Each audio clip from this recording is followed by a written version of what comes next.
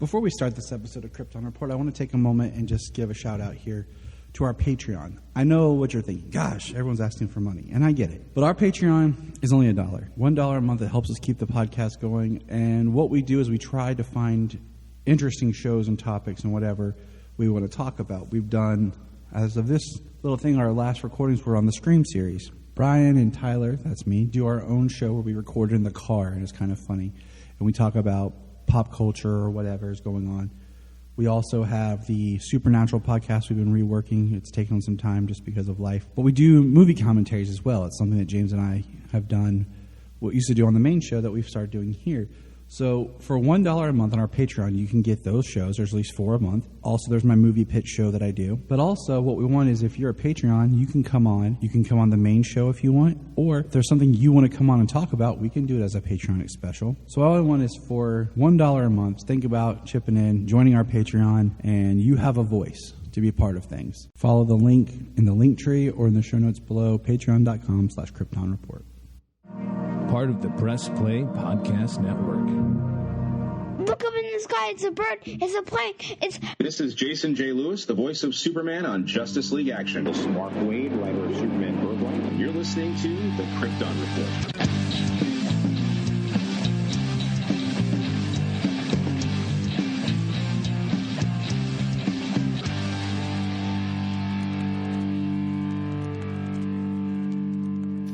Welcome to the Krypton Report podcast. I'm your host, Tyler, the Superman of Blue, the man of tomorrow.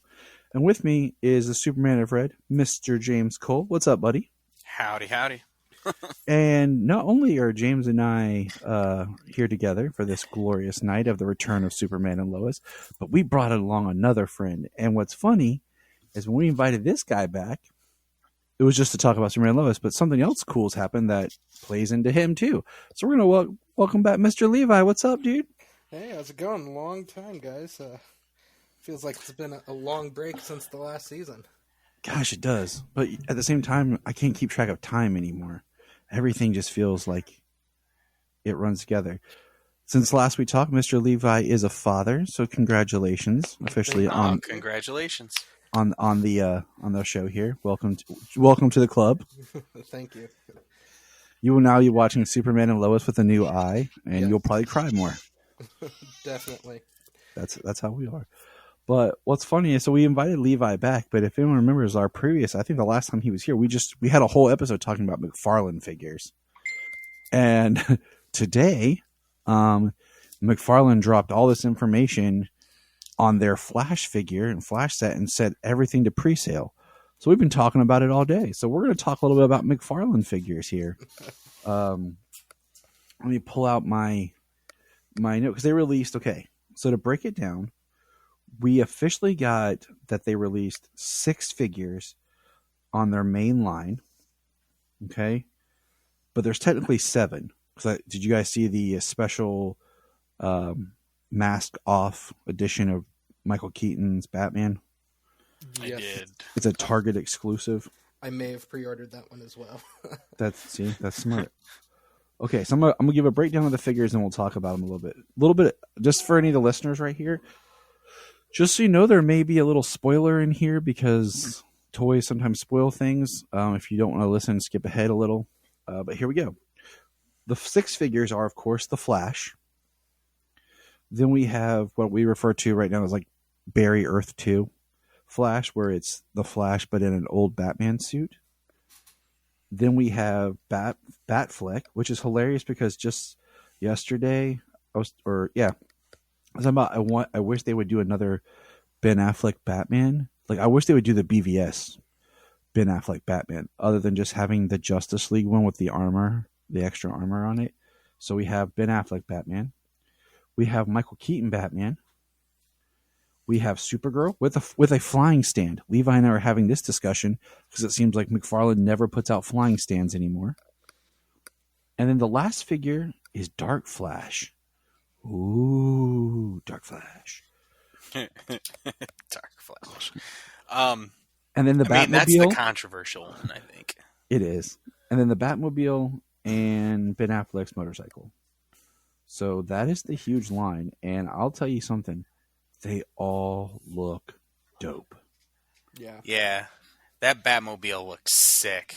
And don't forget the gold label Batwing. Oh yeah, but God forbid the $250 gold label Batwing. Yeah, right. I'm trying to forget it. Brian, our friend Brian was like, yeah, I can't on some things. I'm like, I get it. Like, it kills me. Okay, I just have to reiterate this. It kills me how all in they are for this. But for Shazam, they're like one figure, just Shazam by himself. But for Flash, they're like everybody. I mean, they're bringing out the Anton First Batmobile. Like, people are gonna want a newer, updated one of that. One of them. But see, that's not even the Spin Master stuff. The Spin Master toys, I've only seen like snippets of. Like, there's a remote control Anton First Batmobile toy with a platform that looks like the Batcave from Spin Master. And I've seen a few of their small figures, just Batman, Flash, and the Batwing. They haven't even like really shown all the figures they're going to have, because like the McFarlane stuff's for me. But then I got to buy stuff for my kids to play with. Because if you guys don't know, my daughter loves the Flash. She even wants to have a Flash birthday this year. So that's going to be the theme of her birthday. We're going to have Pin the Tail and the Unicorn right next to the Flash. So it's going to be an awesome time. You should just get a Flash poster and do Pin the Lightning Bolt on the Flash. There you go. That is a dope idea. All right, I'm going to do it. And the unicorn, because she loves unicorns. Pin the unicorn's tail, Sayla, on the Flash. Right. But, so, these figures are awesome. Like, not since the Dark Knight that just recently came out, the Dark trilogy, which I still can't figure out why they didn't do a Catwoman. I'm all mad about that since I thought about it. Have I wanted a whole line. Like, I'm like, man, usually I'm like, oh, one or two figures. But, like, for this movie, I'm like, dang it, dude, I want them all. Levi, how many did you pre-order? 5. 5 in total. I got 2 in because I'm cheap. So I usually pre-order through Amazon because I don't have to pay for shipping, and I just pay when they ship, so it helps me budget. But what's interesting, and I was telling this to my wife earlier, was the Barry 2, which is what I'm calling him, wasn't even available on Amazon. Like, there was no link. And then Batfleck and regular Flash weren't even, they were currently out of stock. So maybe they were all pre-ordered too soon. Oh, wow. It says currently unavailable. But I was able to pre-order Keaton Batman and Supergirl from Amazon. But I never saw Dark Flash go up. I never saw Dark Flash from McFarlane like saying pre-order available. Look, because I was following their Twitter. I mean, yeah, it's interesting. They dropped the whole line today, but like most of their lines, they usually do like one at a time, and sometimes the pre-orders aren't the same date. Yeah, I it's interesting, because just recently, this week, unlike Levi, who is awesome and gets things, when he needs to, Brian and I pre-ordered the Dark Knight figures from Amazon, and I got Batman and Two-Face. Brian also got Batman and Two-Face, while we got a letter saying the other two are delayed and on their way. So, yeah. But I love McFarlane stuff. It's my addiction. I don't have money for drugs, people. I gotta buy McFarlane. Yeah. It's going to cost you more money. I mean, probably. What's hilarious, so yesterday I was showing my Two-Face figure to my wife. God bless Jania. She's amazing. And she looks around my room and here goes, this is probably the most, room. How'd she word it? Dang it, I can't remember now. This is probably the room in the house that has the most value. The most valuable room in the house. And I was like, I don't know how I feel about that. But at the same time, I feel pretty good about that. I was like, cool. I was like, so, yeah. Good times, people. Good times. But hey, how about the pop collection? Levi, got any pops yet?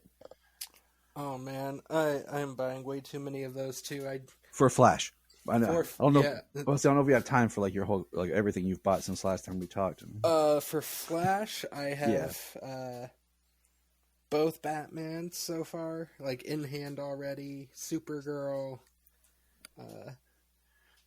Barry, General Zod, and then I pre-ordered a metallic Flash from GameStop and the unmasked Keaton from Entertainment Earth today. So What? Levi, we lost you. What? Oh no, he's gone because he's awesome and we can't handle that much awesomeness on the show. Right? Like, where is the Zod McFarlane figure, though?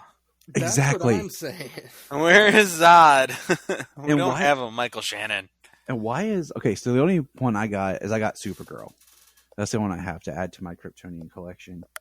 And I want to know, why is Wonder Woman listed under the pop figures for the Flash? Anybody? Thoughts? Just thinking. Well, they're probably if Shazam, she's showing up in Shazam, maybe she's going to show up in The Flash. She may have shot some cameos for these movies. Maybe it's how they keep Gal around for now. Maybe. I just think it's interesting. Levi, any comments? The only one I have chatting with some friends earlier today is we were hoping, because we know Henry shot a cameo for Flash, that they just keep it in there. We all know he's gone, but don't take the cameo we know is already there away from us. I agree with you. Like, I agree, because I actually just picked up Black Adam 4K Blu-ray everything today. I hadn't picked it up yet, and I just, on a whim, I grabbed it while I was at the store, and like, such a good movie with a great capper of an ending, and then then here we go. You're like, and then I'll just go cry. Yeah, that made me tear up in theater seeing that end credit scene, and then when I watch it at home now, it makes me tear up for a completely different reason. So You're like at home, like, it's beautiful. Never again. You're like, never again. Why? And we know why. We'll get there. But yeah, so The Flash is officially the movie that's going to break everybody's bank account. Because, I mean, granted, like, it's The Flash, which is amazing, awesome. But also you throw in all the Batman stuff. You have 2 different Batmen. And then Supergirl. Yeah, it's just geared to break us. You know? yeah, I'm really excited for the Supergirl part of it, because I think she looks great, and I think every time I see the stuff for her, I'm like, yeah, wouldn't that look nice to K-Ville merchandise too? Yeah. Oh yeah, absolutely. I'm getting the Supergirl figure. I don't know about too many of the others, but I might have to get a Keaton Batman. But Well, what's funny is I wanted, like, I have now on my shelf, I got the Bale Dark Knight Batman, and I put it next to the Batman. I'm like, this looks pretty cool, like the movie Batman, So I was like, man, I really am gonna need to get the Keaton one. This was before they announced it yesterday, and I was like, that's when I was having the thing about, I need another Affleck to go on this. I have my Batman, and then of course, boom, what do? They drop them all. So, but hey, it's cool. So moving forward, we're just going to talk about. We're going to get into Superman and Lois. And excuse me if I'm coughing, my voice is a little dry, and if I'm sound a little loud, I apologize. My daughter's cat keeps getting here and crawling under and messing with my mixing board. So sometimes I'm really loud and tinny, and sometimes I'm not. And I can't tell till after we record. Then I'm like, oh, crap. So, but cats are usually little a-holes. They are, but I love my daughter. So I do stuff for her. Levi will know. He'll do stuff for his kid, and he'll be like, man, why am I doing this? And then you'll look at your kid like, dang it, that's why. All right. You're like, should I? Yeah. So you will know, my friend. You will know. But so what was I saying? Oh, we got the first picture of Lex Luthor in jail. What do you guys think about that? I loved it. I love cutlets, so I'm excited just to see what he does with them. Cool. Cool. Yeah, I'm looking forward to his characterization. And if you want to compare first reveals, I mean, the last Lex reveal we got was in prison too. Okay, not that one. The one before that was in prison too. Yeah, we're like, and that one honestly looked better, I think. We have too many Lexes now. So that was cool. And then, so the next piece of news is Zack I don't know Snyder. about too many, but Yeah, Zack Snyder tweeted something out today. What did you guys? How did you guys feel about the? James, I'll let you explain it. So Zack Snyder released a video, 12-second video, #full circle. Just some garbled music, a projection-like image, circles, spoke pattern, some stuff like that. And then the most interesting thing was Darkside's voice. April 28th, 29th, 30th. Save the date. So what do you think it is, guys? So, I mean, I thought because it was like a weekend thing, like a 3-day thing, that it might be like a ZachCon kind of a thing, like how he's done stuff for his works, to showcase his works. I figured it would probably be something like that, but to hear the voice of Darkseid, something new recorded, that was just really exciting.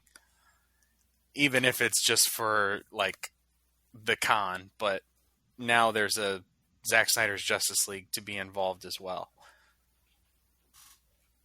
What do you think it is, Levi? Yeah, I think it's another year of SnyderCon. Just because, like James said, of the weekend long timeline of it. If it was like a save the date 1 day type thing, to me that would maybe signify something else happening. But I think it's gonna be like when he showed off what he do, Man of Steel 300 and Watchmen that one weekend, and had everyone kind of raise money for, I think it was this film school. So I'm guessing probably something like that. Yeah, and they did the Q&As and all that stuff. Yep. See, I was wondering, like, that was one thought, but then my other thing was if he was going to do another, like, online event, watch along, and do his Justice League. And maybe he's splitting it up over 2 days or something. I don't know. It was just because, like, how he did the Man of Steel watch along, and then he did the live, watch along for BVS. So I was wondering, okay, well, maybe this is a watch along party for Zack Snyder's Justice League. So I don't know. I'd be down for that too, because I remembered those watch alongs, and those were a lot of fun to listen to. I'm the type who always listens to like a director's commentary. So yep, me too. And he always had the best commentaries on Blu-rays. And I think I would prefer that just because it's something I could actually participate in, compared to people who go to like some really cool, like, oh man, I went to ZachCon, and I'm like, great, I live in Ohio and I'm poor. yeah, I'm buying all this McFarlane stuff. Absolutely. Right. So thanks, Todd. I just, it's interesting, And then the last bit of news that I have is James Gunn is directing Superman Legacy. How do you guys feel?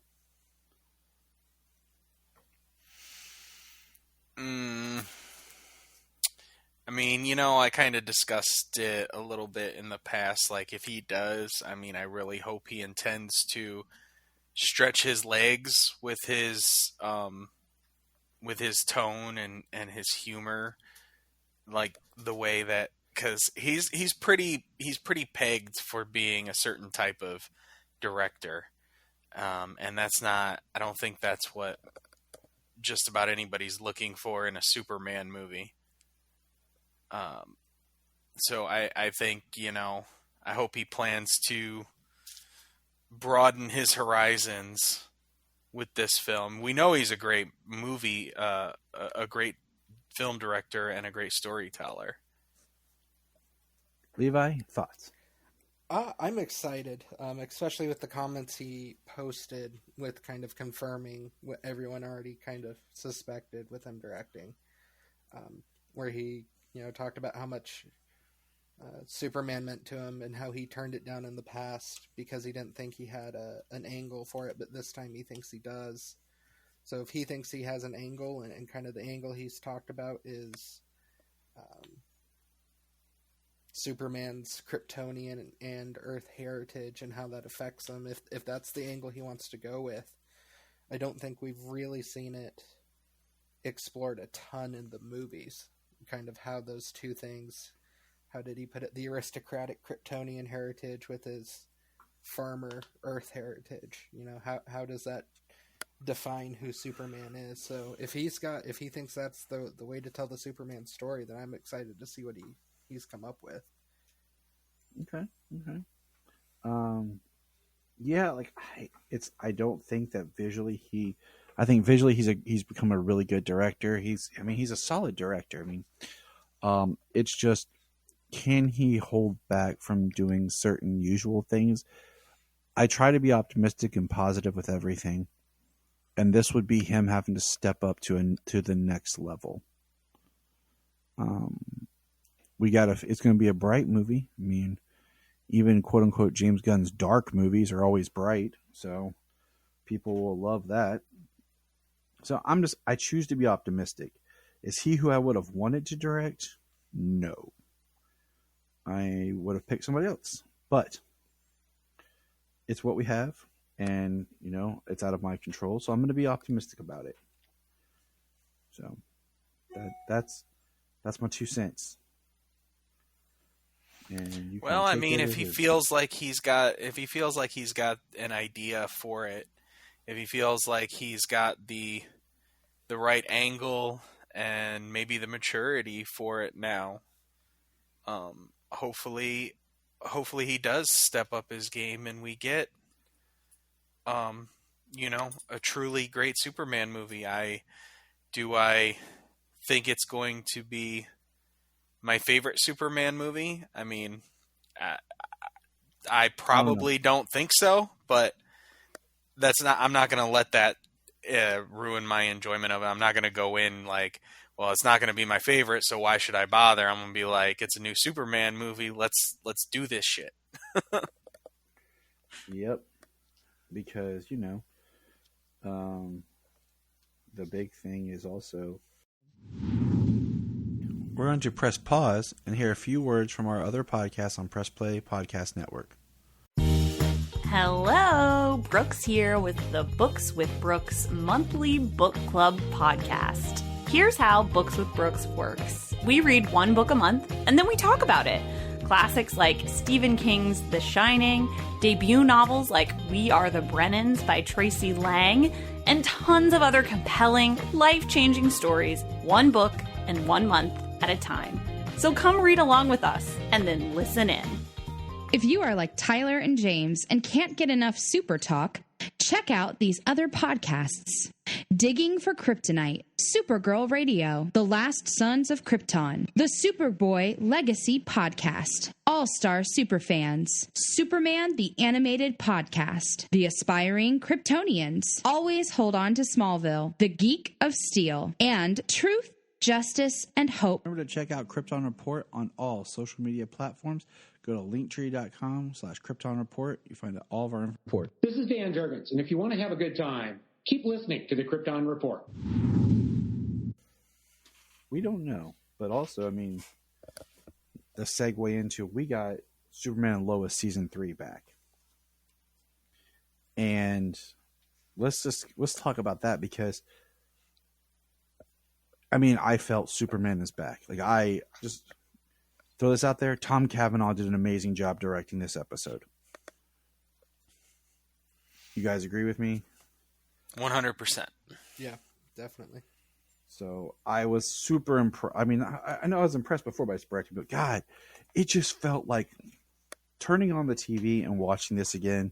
We watched it as a family. Maybe there's a couple things in for the kids, but you know, they ain't picking up on stuff too much yet. But it just felt like a big warm like high five and hug. So Superman and Lois season 3 episode 1 Closer.